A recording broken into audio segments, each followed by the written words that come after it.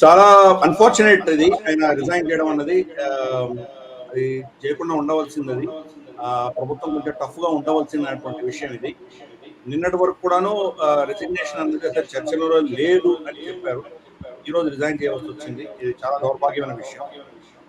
కానీ ప్రభుత్వం దృష్టిలో ప్రభుత్వం ఏం ఆలోచన చేస్తుంది మనం చూస్తే కనుక, వాసుదేవుడంతటి వాడే గాడిద కాళ్ళు పట్టుకోగలేదు మనకేంటి అన్న నిర్ణయం వాళ్ళు తీసుకున్నట్టు అర్థం అవుతుంది.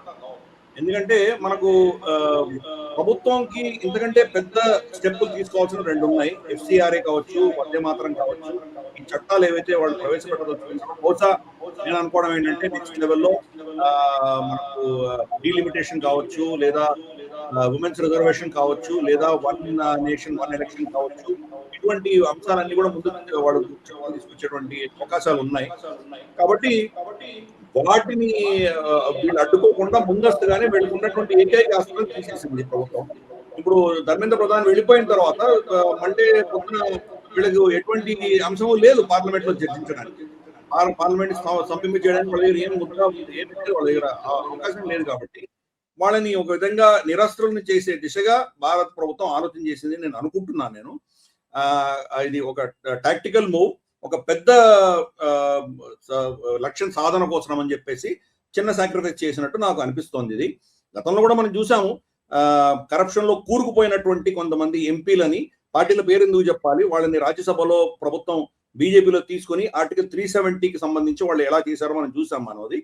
కాబట్టి మరి వాషింగ్ మెషిన్ సర్కారా మీది, ఇంత కుంభకోణాల్లో కూరుకున్నటువంటి వాళ్ళని మీరు ఎందుకు తీసుకున్నారు అని చెప్పి ప్రశ్నించారు. కానీ ప్రభుత్వం అప్పుడు పెద్ద లక్ష్యం కోసం చిన్న చిన్న సాక్రిఫైసెస్ చేయడం అనేది గతంలో కూడా చూసాం. బహుశా అటువంటి పరిస్థితి ఇప్పుడు కూడా చూస్తున్నాం మనం.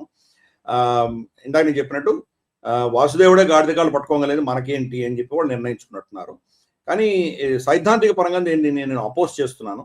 ఎందుకంటే ఈరోజు ధర్మేంద్ర ప్రధాన్ కావచ్చు, రేపు నితిన్ గడ్కరీ కావచ్చు, మనకు ఈ యొక్క బయో ఫ్యూయల్ కి సంబంధించినటువంటి ఎథనాల్ కి సంబంధించిన విషయం కావచ్చు, ఎల్లుండి నిర్మలా సీతారామన్ కావచ్చు, లేదా ఆపరేషన్ సింధూర్ లో ఇన్ని రఫైల్ని మనం కోల్పోయాము, పాకిస్తాన్ చెప్తోంది, డొనాల్డ్ ట్రంప్ చెప్తున్నాడు కాబట్టి రాజ్నాథ్ సింగ్ రిజైన్ చేయమని అడగచ్చు, రేపు ప్రధానమంత్రిని రిజైన్ చేయమనొచ్చు, మనకు తెలియదు. కాబట్టి ఒకసారి మీరు ఒక అవకాశం వాళ్ళకి ఇచ్చి ఒక ప్రెసిడెంట్ సెట్ చేశారంటే కనుక బహుశా రాబోయే రోజుల్లో ఇది ఎక్కడ దాకా పెడుతుంది మనం చెప్పలేము. 19 జూలై వరకు కూడాను రాత్రి దాకా సిజేపీకి ఎటువంటి కేడరు లేరు, అక్కడ వాళ్ళకి సమర్థన లేదు, దేశవ్యాప్తంగా ఎవరు పట్టించుకోలేదు. కాంగ్రెస్ బరిలో దిగింది. కాంగ్రెస్ తర్వాత ఆమ్ ఆద్మీ పార్టీ, కమ్యూనిస్టులు, వీళ్ళు ముగ్గురు వాళ్ళ పొలిటికల్ కేడర్ని దించారు.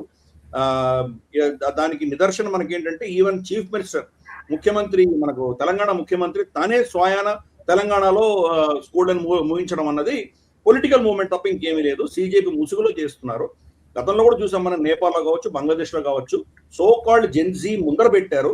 జెన్జీ పక్కకు తప్పుకున్న తర్వాత వీళ్ళు వెనకాల పొలిటికల్ యాక్టివిస్ట్ బరిలో దిగుతారు. ఇక్కడ కూడా అదే జరిగింది. ఆ రోజు 20 పొద్దున మనకు డింపుల్ యాదవ్ కావచ్చు, లేదా మనకు మనీష్ సిసోడియా కావచ్చు, వీళ్ళందరూ బరిలో దిగడం మనం చూసాం మనము. చాలా కన్వీనియంట్ గా వాళ్ళు కెమెరాలు, ఫోటోలు, వీడియోలు అయిపోగానే పక్క తప్పుకొని ఏసీ కారులో వాళ్ళు వెళ్ళిపోయారు.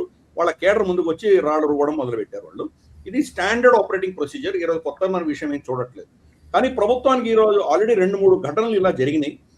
మొదట్లోనే 2014-15లోనే వీళ్ళు భూమి ఏదైతే అక్విజిషన్ సంబంధించిన చట్టం ఉన్నదో, గ్రామాల్లో వాళ్ళు దానికి అక్కడ ఇన్ఫ్రాస్ట్రక్చర్ కావాలి అనుకున్నటువంటి ఒక చట్టం తీసుకొచ్చారు. దాన్ని వాళ్ళు వెనక్కి తీసుకున్నారు. వ్యవసాయ చట్టాలు వెనక్కి తీసుకున్న విషయం మనకు తెలుసు. అలాగే సిఏ చట్టం నీరుగారిన విషయం మనకు తెలుసు. చాలా కేసెస్ లో ప్రభుత్వం వెనక స్టెప్ తీసుకున్నది మనం చూసాం. ఒక దృష్టిలో చూస్తే కనుక ఇంత మెజారిటీ ఉన్నటువంటి ప్రభుత్వం ఒక స్టెప్ వెనక్కి తీసుకోవడం అనేది చిన్న విషయం కాదు. వాళ్ళ సొంతమైన వాళ్ళకు ఉన్నటువంటి అహంకారాన్ని పక్కన పెట్టి పెద్ద పర్పస్ కోసం వెనక్కి తీసుకోవడం అనేది ఒక మంచి విషయం. కానీ ఒక ప్రెసిడెంట్ సెట్ అయిన తర్వాత దీన్ని ఎంతవరకు తీసుకువెళ్తారన్నది కూడా ప్రమాదం ఉన్నది. నా దృష్టిలో బహుశా ఈ వచ్చే వారంలో కొన్ని కీలకమైనటువంటి బిల్లులు ప్రవేశపెట్టి దాన్ని వాళ్ళు ఆమోదం తీసుకుంటారు. వాళ్ళు 2/3 మెజారిటీ ఆల్రెడీ వాళ్ళ దగ్గర ఉన్నది కాబట్టి బహుశా అతి త్వరలో ఈ సవరణ అన్ని వచ్చేస్తాయి. ఒకవేళ వీళ్ళు ఏమైనా కనుక పార్లమెంట్ లో స్తంభింపజేసేటువంటి ఏమైనా చేస్తే కనుక బహుశా వాళ్ళని సస్పెండ్ చేసి వీళ్ళు పాస్ చేసినా చేయవచ్చు. బహుశా హైయర్ పర్పస్ కోసం ఒక చిన్న సాక్రిఫైస్ ధర్మేంద్ర ప్రధాన్ చేసినట్టు నాకు అనిపిస్తుంది.